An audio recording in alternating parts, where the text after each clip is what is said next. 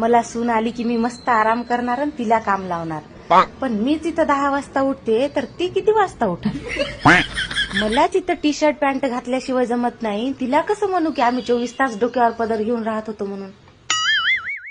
आणि मला तिथं बाहेरचं पिझ्झा बर्गर नूडल्स खायची सवय आहे. तिला कसं म्हणू खाऊ नको चांगलं नसते.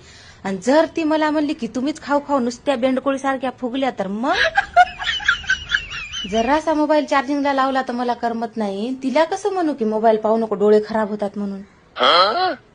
मला इथं पिशासारखी राहायची सवय आहे. तिला कसं म्हणू की मी नाहीतर पण लई चांगली राहत होते. मी माझ्या सासूला मम्मी म्हणते तर ती मला काय म्हणल? मॉम म्हणल का दुसरं काय म्हणल का डायरेक्ट नावानंच हाक मारल? मई सासू मला पाहायला आलती तेव्हा म्हणली होती पुरणाच्या पोळ्या बनवून दाखव. मी तिला पाहायला गेल्यावर काय म्हणू रील बनवून दाखव? आमचं लईच अवघड झालं रे देवा. सासूला उलट बोलता आलं नाही सून बोलू देणार नाही.